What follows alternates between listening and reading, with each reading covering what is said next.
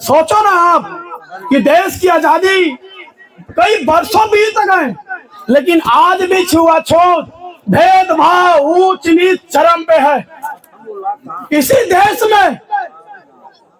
देश में हमारे महोदया जो राष्ट्रपति द्रौपदी मुर्मू जी हैं, उनको कार्यक्रम में नहीं बुलाया जाता, उनको धार्मिक कार्यक्रम में नहीं बुलाया जाता। मैं उनकी कहानी बताऊंगा आपको क्यों नहीं बुलाया जाता। क्योंकि अगर आज संविधान न होता तो शायद हम और आप न वो उस पदों पे जाके बैठ पाते।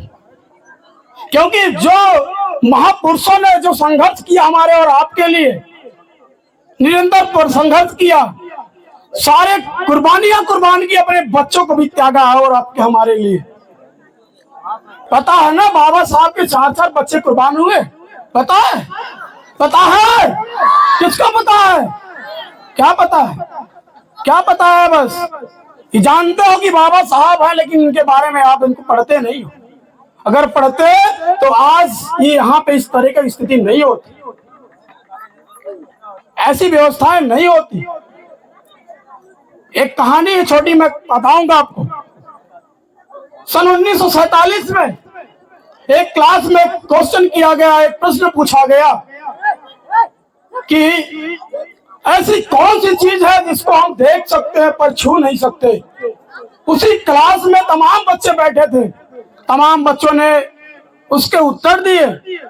कहा कि आसमान को तो देख सकते हैं पर छू नहीं सकते।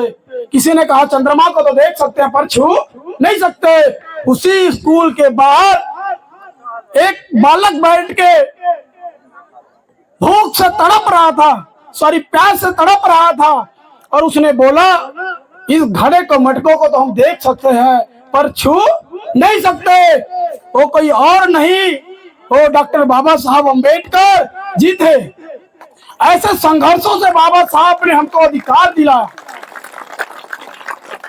आज हमारे लोग SC ST OBC and minority के लोग आज बड़े बड़े पदों पे, बड़े बड़े ओहदों पर बैठ के अपने समाज को, अपने आप को अग्रसर की ओर और ऊंचाइयों की ओर बढ़ रहा है। वो हमारे मसीहाओं की देन है, किसी चमत्कारी और किसी पूजा पखंडी को देन नहीं है साथियों।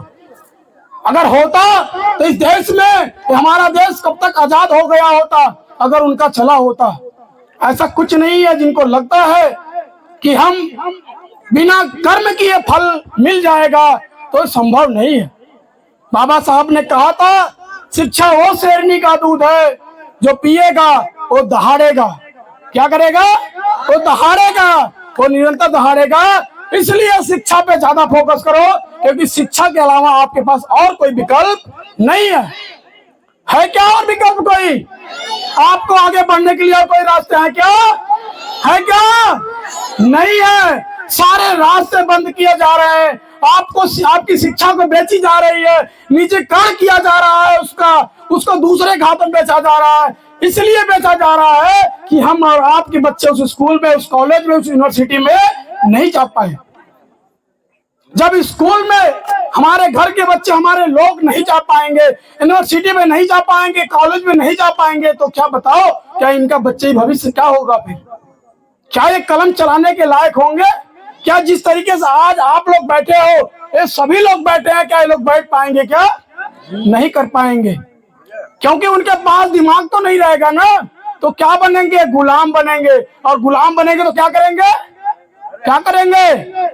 उनके जाके तलवे चाटेंगे, उनकी गुलामी करेंगे, उनके नाले साफ करेंगे, उनके गोबर उठाएंगे, उनके घर साफ करेंगे। इसके ज्यादा कुछ कर पाएंगे क्या? कर पाएंगे क्या? नहीं कर पाएंगे। तो आपको पहचानना होगा। मैं 2-3 सच बताना चाहता हूँ कि दिल्ली विश्वविद्यालय में एक ऐसा प्रोफेसर था जो निडर निर्भीक था, जो हर उस शोषित वंचित की आवाज को बुलंद करता था, उठाता था, शिक्षा से रिलेटेड उनको बताता था कि शिक्षा आपके लिए कितनी महत्वपूर्ण है। प्रोफेसर लक्ष्मण यादव जी, पूर्व प्रोफेसर लक्ष्मण यादव जो दिल्ली विश्वविद्यालय का प्रोफेसर रहे, उनको इसलिए निकाला गया क्योंकि उन्होंने सच बोलने का जोखिम उठा लिया, उन्होंने सच बताने का काम कर दिया, इसलिए उनको निकाल दिया गया उस स्कूल से, उस विद्यालय से। सच बोलने से, आजकल सच बोलने पर आप देशद्रोही हो जाओगे, मुकदमे हो जाएंगे आपके ऊपर, आप आतंकवादी घोषित हो जाओगे।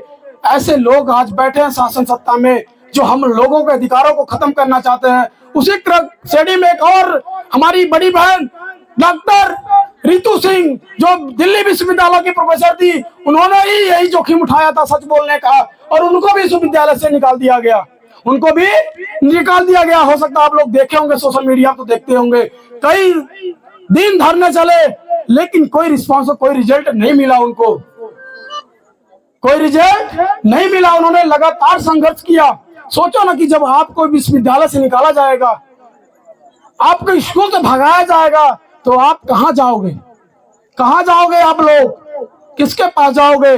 अभी बहुत दूर मत जाओ। अपने बनारस की घटना है, विश्वविद्यालय बीएचयू की, एक शिवम सोनकर नाम का लड़का है, लोग हो सकता है कि हमारे युवा साथी देखे होंगे सोशल मीडिया के जरिए। उसको 20 दिन धरने पे बैठा था एडमिशन को लेकर। एडमिशन उसको नहीं दिया जा रहा था, इसलिए नहीं दिया जा रहा था क्योंकि वो दलित था, ये अछूत था, इसलिए उसको एडमिशन नहीं दिया जा रहा था। अगर उसको एडमिशन दे दिया जाता तो पढ़ लेता, नौकरी पा जाता, अपने आप को बना लेता, इसलिए उसको एडमिशन नहीं दिया जाता। लेकिन आज हम लोगों को गर्व होता है, एक ऐसे सिपाही हम लोग हैं उस रावण की, जो चंद्रशेखर आजाद, जो पूरे भारत देश में अपने नाम का डंका बजा रहा है, आज दुनिया में, विश्व में उनका नाम बज रहा है। लेकिन उनके संघर्षों से सड़क से लेकर संसद तक, पार्लियामेंट तक उन्होंने उस आवाज को बुलंद किया। 20वें दिन जाकर उस व्यक्ति को, शिवम सोनकर को बीएचयू स्कूल में एडमिशन मिल गया उसको। आभार उसने प्रकट किया, कहा कि धन्य हो बड़े भाई कि आपने आज, अगर आप उस पार्लियामेंट में ना होते तो हो सकता कि आज हम बहुत दूर चले जाते, उस शिक्षा से बहुत दूर चले जाते, हो सकता उस शिक्षा हमको मिली ही ना हो। ऐसे लोग दुराचार है जो एकलव्य का अंगूठा काटने के लिए हर जगह खड़ा है, हर चौराहे पे खड़े हैं, हर नके पे खड़े हैं। आपको उनको पहचानना होगा, आपको उनको जानना होगा कि आपका कौन है, उनका कौन है। ये जानते हुए अपने कदमों को आगे बढ़ाना होगा, क्योंकि बाबा साहब ने कहा था, शिक्षा वो शेरनी का दूध है जो पिएगा और हारेगा।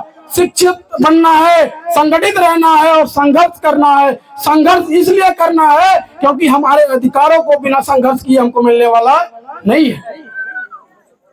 आज आपके पास जो भी सुख सुविधाएं है, आपके पास किसने दिया? चलने का अधिकार किसने दिया? किसने दिया? किसने दिया? किसने दिया? बोलने का अधिकार किसने दिया? बोलने का अधिकार किसने दिया? चलने का अधिकार किसने दिया? सारा अधिकार तो हमारे महापुरुषों ने दिया, तो बाकी चीज दूसरे की जगह क्यों जाने की जरूरत? फिर पता है ना आपको, ये सारा अधिकार हमारे महापुरुषों ने दिया।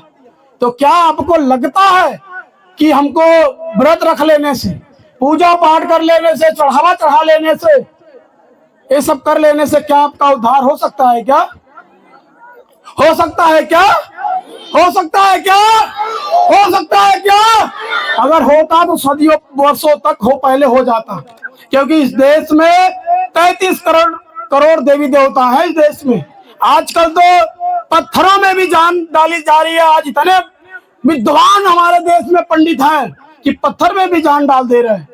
मैं उन पंडितों से, विद्वान पंडितों से मैं कहना चाहूंगा, अरे आपकी जरूरत यहाँ नहीं, आपकी जरूरत उस बॉर्डर पे है जहां पे हमारे वीर देश के सब जवान, हमारे मातृ शक्ति की, हमारे देश की रक्षा कर रहे हैं। आपकी जरूरत वहां है, जाओ वहां खड़े रहो, क्योंकि आए दिन आतंकवादियों के हमलों से हमारे वीर सैनिक शहीद हो रहे हैं। आप जाओ, हो सकता है वो आपके प्राण प्रतिष्ठा करने से हमारे सैनिक दोबारा जीवित हो जाते। क्या ऐसा संभव है? क्या है? क्या ऐसा संभव है? क्या लोग कहते हैं स्वर्ग और नरक की बात भी कहते हैं। कौन देखा है स्वर्ग भाई? जिंदा व्यक्ति ऊपर जा नहीं सकता, मरा आपको बता नहीं सकता, तो बताने वाला कौन? ये बिचौलिया कौन है? कौन आपको गुमराह करने का काम कर रहा है कि आप जाओगे स्वर्ग में, ये जाएंगे नरक में? उसको खुद की पता नहीं और आपके बारे में कल्पना करता है।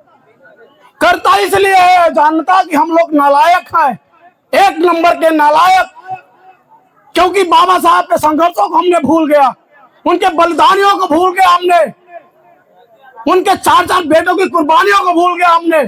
इसलिए वो जानते हैं कि आपको किस तरीके से गुमराह करना है और किस तरह से आपको भ्रम करना है। इसी देश में जब राम मंदिर का निर्माण किया जा रहा था, राम मंदिर में प्राण प्रतिष्ठा की जा रही थी, हमारे देश की सबसे सर्वोच्च पदों पर बैठी हमारी महोदया राष्ट्रपति द्रौपदी मुर्मू जी को नहीं बुलाया गया। क्यों नहीं बुलाया गया? इसलिए नहीं बुलाया गया क्योंकि वो अछूत थी, एक आदिवासी महिला थी। आज भी इस देश में जाति, छुआछूत, भेदभाव चरम पे है।